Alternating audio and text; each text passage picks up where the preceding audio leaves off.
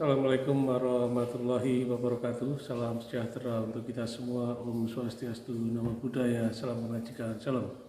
Saudara-saudara, keluarga besar Dewan Pengurus Nasional Persatuan Perangkat Desa Indonesia dimanapun berada, saudara-saudara perangkat desa dari Sabang sampai Merauke, saudara-saudara pemerhati desa dan kerabat desa yang saya hormati, saya cintai, dan saya banggakan. Yang pertama dan utama tentunya saya selalu berharap berdoa saudara-saudara sekalian dalam keadaan sehat sehingga kita tetap dapat beraktivitas dalam rangka melayani masyarakat desa, dalam rangka membangun desa untuk kemajuan bangsa. Saudara, saat sekarang saya ingin menyampaikan hasil atau undangan dari Dirjen Bina Pemerintahan Desa nomor 100.3.2/019/DPD tentang konsolidasi dan koordinasi penyelenggaraan pemerintahan desa yang dilaksanakan pada tanggal 2 Maret tahun 2023 di kantor Dirjen Bina Pemerintahan Desa Kementerian Dalam Negeri Pasar Minggu, Jakarta. Saudara, dalam agenda itu seluruh organisasi tentang desa hadir semua di forum yang diselenggarakan. Materi pembahasan adalah bagaimana mengkoordinasi dan mengkonsolidasi penyelenggaraan pemerintahan desa dalam rangka menanggulangi inflasi di desa. Seperti apa pertemuan itu? Saksikan video ini hingga usai. Bapak Ibu sekalian, masih banyak pihak yang belum tahu perangkat desa itu apa. Masih terus melihat desa itu adalah kepala desa, belum melihat desa itu utuh, bahwa di desa itu ada kepala desa, di desa itu ada perangkat desa. Perangkat desa itu ada kesekretariatan yang membawahi para kepala desa, kemudian pelaksana kewilayahan yang membidangi pemberdayaan dan pelaksana teknis. Ini satu kesatuan yang tidak terpisahkan, kemudian diawasi atau oleh BPD yang sementara ini belum memiliki power di desa. Nah, oleh karenanya sekali lagi penguatan sistem penyelenggaraan pemerintahan desa adalah kata kunci agar desa makin berdaya, desa maju, dan NKRI menjadi nyata.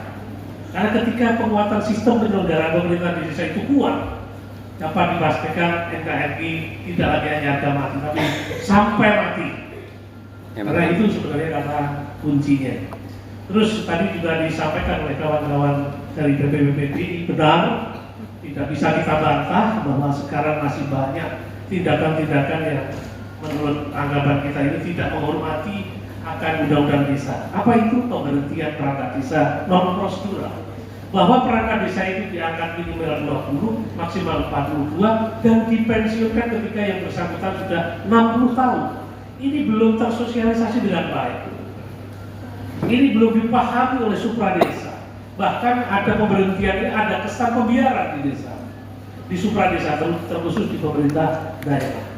Tadi juga ada yang PTUN yang menang. PTUN menang itu bukan berarti langsung bisa kembali bekerja.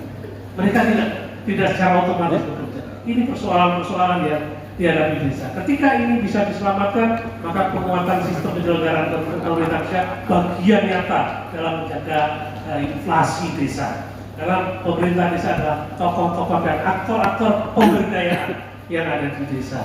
Mereka lah yang bisa mengetahui apa persoalan yang ada di desa. Gotong royong adalah jalan keluar tentang inflasi. Kira-kira demikian. Wassalamualaikum warahmatullahi wabarakatuh. Salam sejahtera untuk kita semua. Om Swastiastu, Namo Buddhaya, salam kebajikan, salam. Terima kasih Pak Widi. Tambahan dari Pak Sekjen, Pak. Oh, monggo Pak Sekjen. Terima kasih waktunya Pak. Sebentar saja sedikit. Assalamualaikum warahmatullahi wabarakatuh. Salam sejahtera bagi kita semua. Yang kami hormati Bapak Dirjen dan jajaran Direktorat Jenderal Bina Pemerintahan Desa Kementerian Dalam Negeri, yang kami hormati rekan-rekan asosiasi desa, menyambung apa yang disampaikan oleh Pak Ketum DPRD PDI dan beberapa pendapat dari asosiasi yang sudah menyampaikan. Kami hanya ingin menandaskan bahwa program P3PD kalau memang bisa dilaksanakan. Kami dari DPNPPD sangat mendukung karena itu menjadi bagian dari visi dan misi DPNPPD juga, bahwa bagaimana adanya penguatan sistem pemerintahan desa itu berjalan.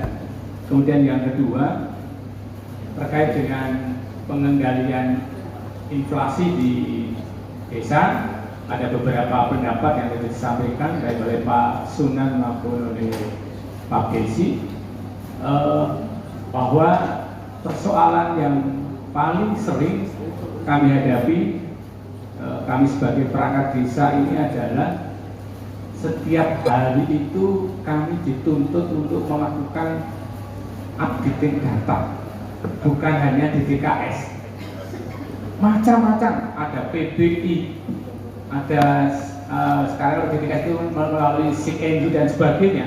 Tetapi begitu muncul nama, walaupun setiap 3 bulan itu di updating, tapi selalu muncul nama-nama yang kembali ke awal terus, lama. Ini yang jadi persoalan bagi pemerintah desa. Kemudian di persoalan lain adalah bahwa akhirnya pemerintah desa itu kadang-kadang juga kewalahan untuk dapat memberikan eksekusi, karena bantuan itu biasanya datang sudah sedemikian rupa, jadwal dan sebagainya, sementara kebijakan terkait sistem data ini juga belum 100% menjadi sebuah data yang bisa ditampilkan. Kebetulan kami dari Kabupaten Boyolali, Bapak Bupati mengambil kebijakan ada monitoring Central of Development, Pak, MCD, turunan dari MCP. Maka Pak Bupati menyampaikan bahwa Kabupaten Boyolali sebagai sumber data adalah sekarang MCD, DTKS, PBI, apapun harus mengacu, disesuaikan, distandarisasikan pada sistem MCD yang kami kerjakan oleh perangkat desa. Dan itu diupdating setiap bulan, mulai dari tingkat kemiskinan sampai di situ muncul seseorang itu terima bantuan apa saja, itu akan muncul di situ. Karena biasanya yang menjadi persoalan adalah satu keluarga itu akan menerima banyak sekali manfaat, ada PKH, ada BPNT, ada BLTDD dan sebagainya macam-macam. Sementara ada keluarga yang lain tidak bisa mengakses anggaran itu karena datanya memang tidak berubah, DTKS-nya. Nah, ini yang jadi persoalan. Maka kami di Kabupaten Boyolali ada monitoring Central of Development turunan dari MCP yang khusus dikerjakan untuk MCD, untuk daerah Kabupaten Boyolali, dan itu dikerjakan oleh admin melekat pada kasih pemerintahan dan kasih kesra, dibantu oleh Pak RT dan RW sekaligus untuk updating datanya. Nah, maka sekarang pendekatan wilayah atau pendekatan terdekat yang kami lakukan. Jadi paling tidak sekarang di Kabupaten Boyolali sudah dapat diminimalisir adanya protes dari warga. Si A dapat, si B kok tidak dapat. Nah, ternyata dengan adanya MCD ini kita bisa memisahkan dan bisa menentukan scoringnya. Jadi ada scoring di MCD itu, ada miskin absolut, ada miskin, ada rawan miskin, dan mampu. Dan rata-rata begitu MCD ini diberlakukan, Boyolali miskin absolutnya sangat sedikit, tidak terlalu banyak. Miskinnya juga tidak banyak. Dan ini menjadi sebuah kriteria yang memang akhirnya disepakati di Boyolali. Itu menjadi salah satu bagian mungkin cara pengendalian inflasi di desa, terkait juga dengan pendataan updating data. Kemudian kalau diperkenankan Bapak, terkait dengan updating data atau ini, memang sekarang tidak ada program SIKNG itu yang dikerjakan oleh Kasih Kesra dibantu oleh pendamping dari kecamatan kaitannya dengan updating data itu, tapi ternyata memang